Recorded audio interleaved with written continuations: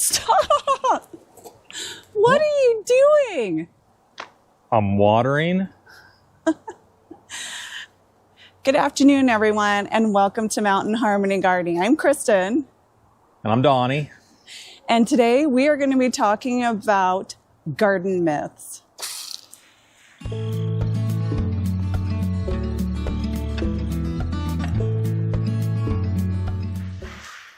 Today we are going to be going over gardening myths. Several of these I have been told you cannot do that, don't do it that way, it doesn't work, or you have to do it this way. And the very first one is how you water your garden. You can see that Donnie behind me is watering the plants overhead.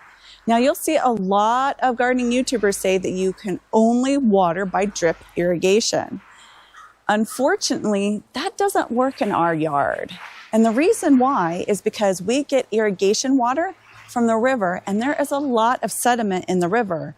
And I tried drip irrigation last year, immediately plugged our drip irrigation, and I couldn't fix it because I couldn't blow the lines out. So we have gone with the tried and true method for us, which is actually this large sprinkler, and it overhead waters. Now I do have a soaker hose in the Three Sisters bed that has been working out really good for kind of intermediate watering, or if I want to get a really good deep watering.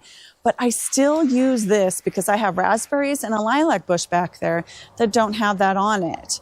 So do what works for you. And for us in the climate that we're in, because we're actually in high desert, even though that we are in the Rocky Mountains, and we water early in the morning if possible. It doesn't always happen.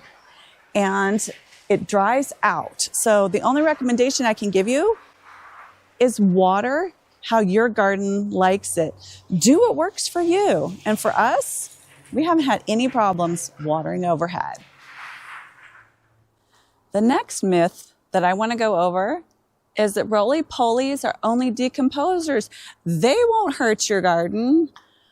Well, if you've watched my other videos, and especially the ones from last year, you will know that I have a roly-poly infestation in my garden. Last year, they completely ate all of my huckleberry to nothing. And I've had this happen with several other plants, unfortunately. So I'm part of a gardening community, and I asked all of them, do you guys have problems with roly-polies? What do you do? Because I was at a loss. I didn't know what to do other than pick them out of my garden by hand, and there are just too many to do that. They recommended removing the mulch. And that's what I did. And I have been hand picking them, and I haven't had any issues this year. Plus, I also put plastic solo cups with the bottoms taken out over all of the plants when they were young to keep the roly-polies out. These two methods worked great. But the big myth, roly-polies will eat your plants.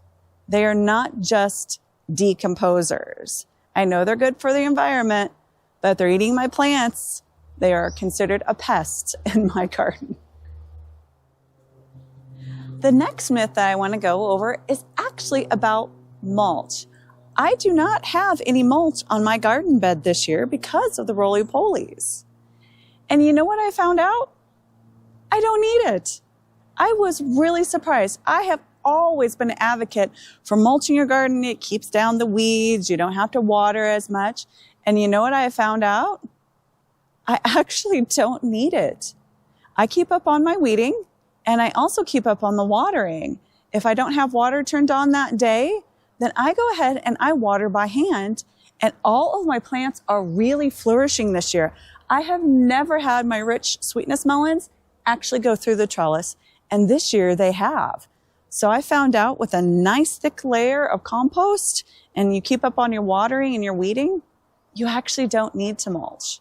That also brings us to another subject. What kind of mulch do you use? If you really want to mulch your garden, say you live in a really, really hot desert, and here it's been getting into the 90s, so it's pretty hot. What type of mulch you use just depends on you. I'm allergic to straw. I can't use it, so I've always used shredded cedar. So know your garden. Figure out what works best in your climate. Another common gardening myth is what you can and can't grow in your climate. I have been told by several people that we cannot grow corn here. You can see I am growing corn just fine. Look at how tall all of the corn has gotten back here. You almost can't see me. Also, that you can't grow certain things together. And you can see I have some very large sunflowers and some very tall corn, and also the beans and the melons, all growing fine in this bed.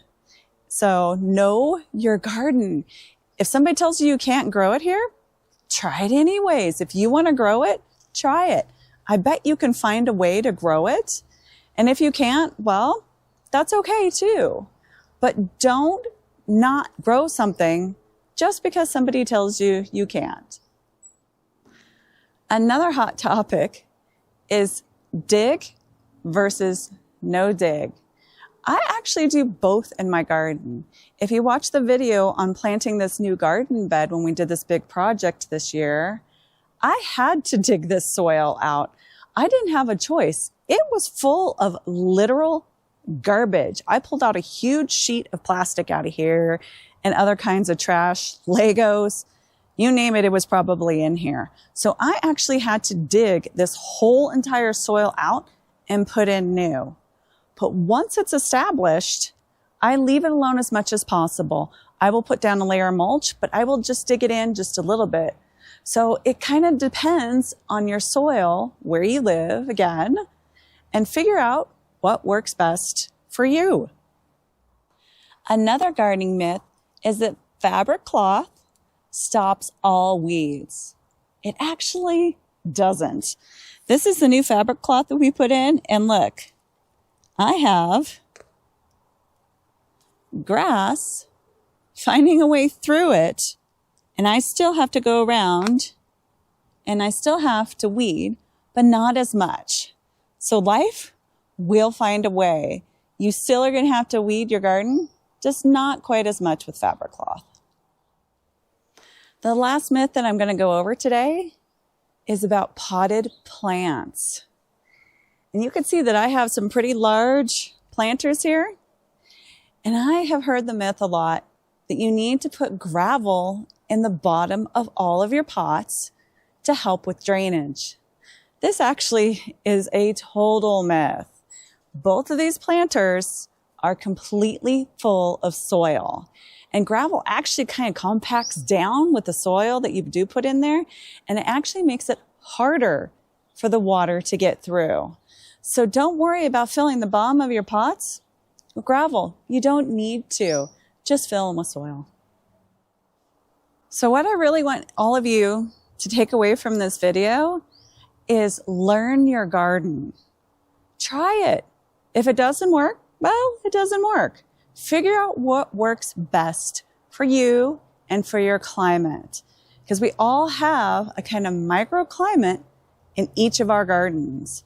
And plus, it's fun to experiment. I found out this year, peas do not like it where I put them. So you know what? I'm going to move them to a different spot next year.